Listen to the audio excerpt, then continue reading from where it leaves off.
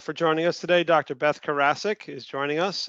Beth is a licensed mental health professional and clinical psychologist. She specializes in discernment counseling, mediation, and collaborative divorce. So thank you for joining us, Dr. Karassik. A few of your memberships that you were part of, I thought I'd highlight them because they're vast and prominent. You're a member of the International Academy of Collaborative Professionals. You are a co-board chair for the Connecticut Council on Non-Adversarial Divorce.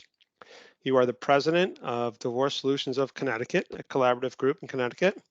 And you're also a member of another collaborative group called the Collaborative Divorce Team of Connecticut. So quite a list of accomplishments there. And we're super happy to have you.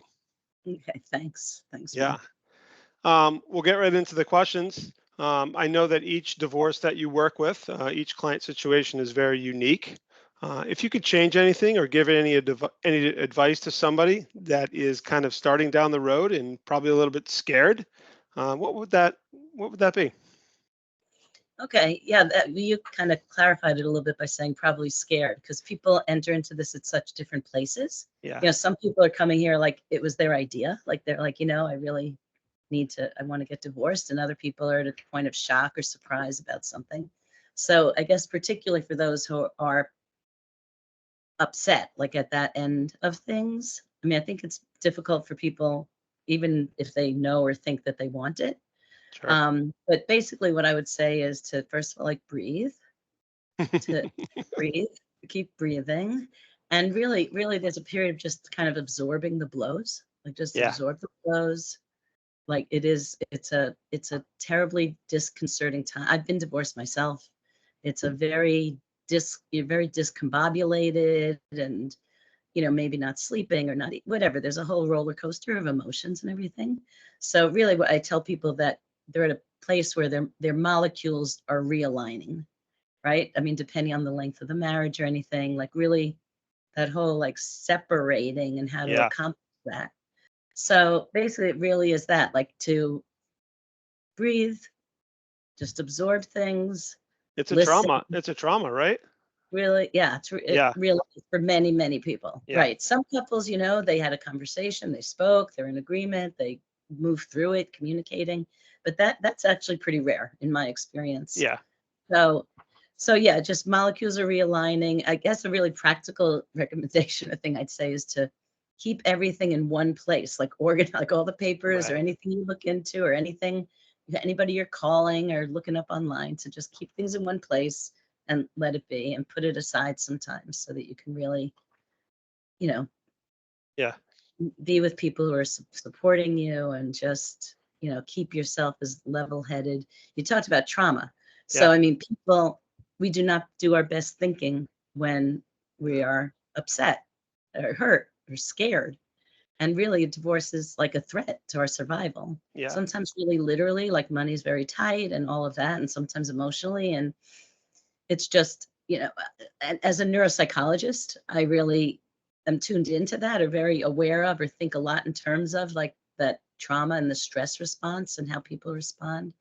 So, give yourself some time and just keep one foot in front of the other, and just keep breathing and listening. And excellent advice. Yeah. Get out and breathe the fresh air and listen to the birds and now try to relax. Yeah, it's easier to do that, I guess. Absolutely. The upside of springtime divorce, I guess. What's that? I said the upside of a springtime divorce. Yeah. If there is an upside, yes. Anything that you'd recommend for somebody that is looking for a mental health professional? Somebody might not know that they need a mental health professional in the process. What might you recommend for somebody who's thinking about it? So that's also various threads to that question. So it depends. A mental health professional can have various roles when someone's confronted moving into a divorce. So on the one hand, there's having a therapist, like no matter what way you're divorcing, whether in court litigating or choosing a non-adversarial divorce in mediation or collaborative. There's always that role for a mental health professional, to be a therapist, to be helpful moving through this, difficult time, or some people already are in therapy.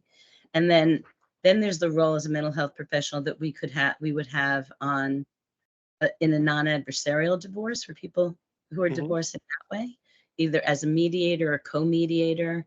And, then of course, as a neutral mental health professional on a team of collaborative professionals. So, but the advice about how to choose, I would say, is, well, again, if you're moving toward a non-adversarial divorce, I'm not even sure if that's like what we're focused on or not. Yeah, okay. Absolutely. So if you're, with the choice of a non-adversarial divorce, I'd say that you want someone who's been really actually trained, has training in mediation and what's called collaborative practice, or the collaborative practice for divorce and separation. So you want someone who actually has the training.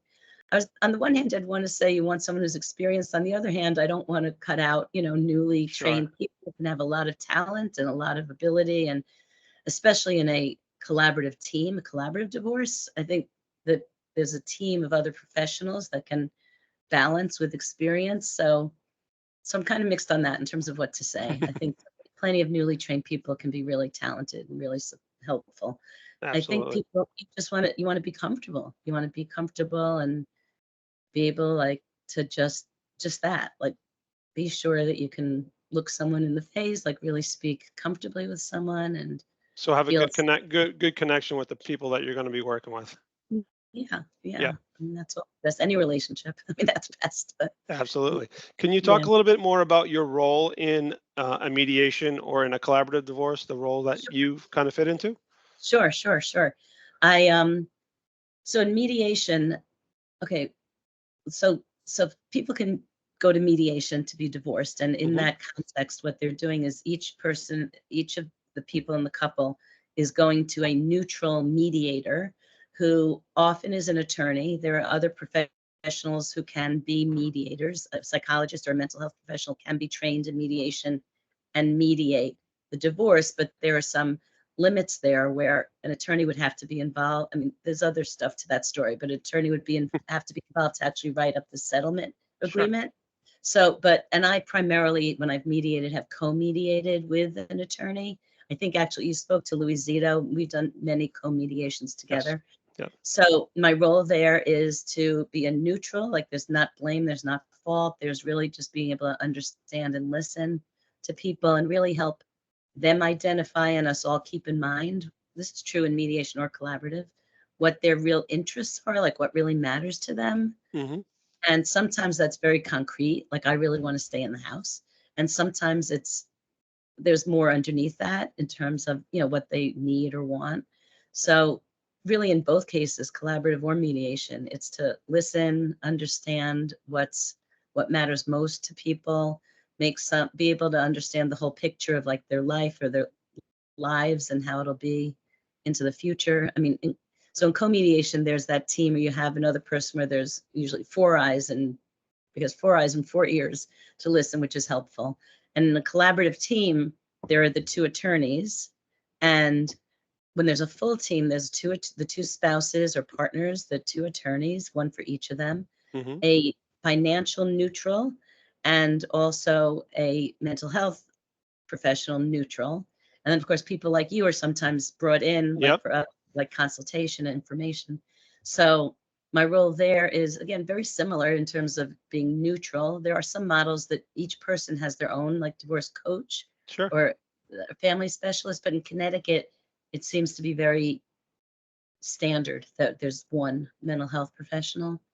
So I'm there to help keep things on track, to really notice and intervene if communication's if there are breakdowns in communication, how someone's kind of managing and handling themselves and the emotions that come up. The team itself, the professionals, and how we're speaking to each other and how we're putting our heads together to help people move through it smoothly. So there's a lot of people involved to help the divorcing clients through the process. To help them through that trauma that we were just talking about. Yeah, absolutely. Yeah. A lot of support, people who are experts or have expertise in the specific, the three, what's it called? The stool with 3 three-legged legs. stool, Stool kind of financial, financial, right, emotional or relational, Sure. and then the legal aspect, of course, because marriage is a contract. All right. Tell Yeah. me which aspect of the divorce process you enjoy the most. Which aspect of it? Is it mediation? Is it the collaborative process? I see. Okay. Okay. Yeah. There depends who I'm working with, but Okay. I really enjoy the collaborative, where You there do. are just people that just sitting at a table for people to just really, be clear and get clear about what matters to them. That happens in mediation also, but I really appreciate like each person's contribution, like having a financial person there, Hmm. like actively involved. So I just really appreciate and value, and I've really come to,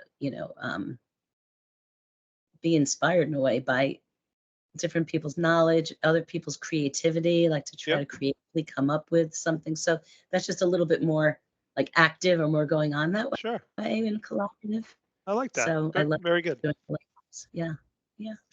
I'm sure you've worked on thousands of cases potentially. Are there any that are super memorable for you, whether it's negative or whether it's positive? Well, Something that you can share, obviously. yeah. Well, there's nothing no identifying information or anything. Okay. So, well, when it kind of hurts or it's negative, I mean, there was a case where it was so difficult for one of the spouses to even be in the same room. This became more and more evident as the case went on. Hmm. And it really ended up where we were basically doing shuttle diplomacy. Like one person was in one room and we'd go over there and then we'd go back to the other spouse in the other room. And none of us felt good about that. And we did see it to its end. And we weren't sure that that was really what was best for everybody.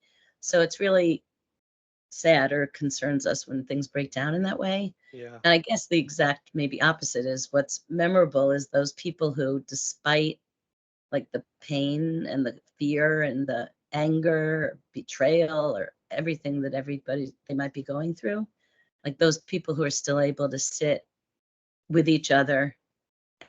Oftentimes, maybe more often it's when children are involved, like for this kind of higher concern about their children's well-being, Yep. but not always with children involved, but just they're willing to be there with each other, two human beings who are making this choice and find a way to speak to each other so that they can make some choices and decisions together, despite all of what's going on for them. I just really think is extraordinary. Yeah. That When must be people really can do, rewarding. yeah, it's great to see that and to help facilitate that when we can. Yeah. Wonderful. Well, thank you for sharing those. Yeah. Yeah, sure. If somebody listening were interested in reaching out to you, Beth, and getting in touch to talk more about your services and the process, where would they go to do that? Yeah. Okay, just like literally, I mean, Yep. like a Yep. phone. Your phone number, email address. What's your preference?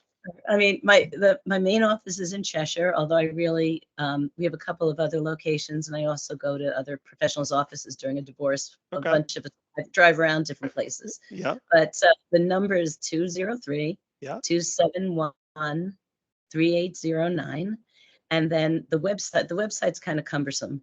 It's You know so what? We're gonna put the website okay, below great. the And video. So CCND's website is even easier, and both of them have a profile and everything. But yeah, okay, wonderful.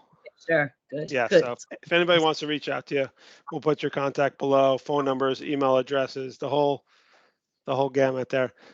Anything you would like to leave with us today for our listeners?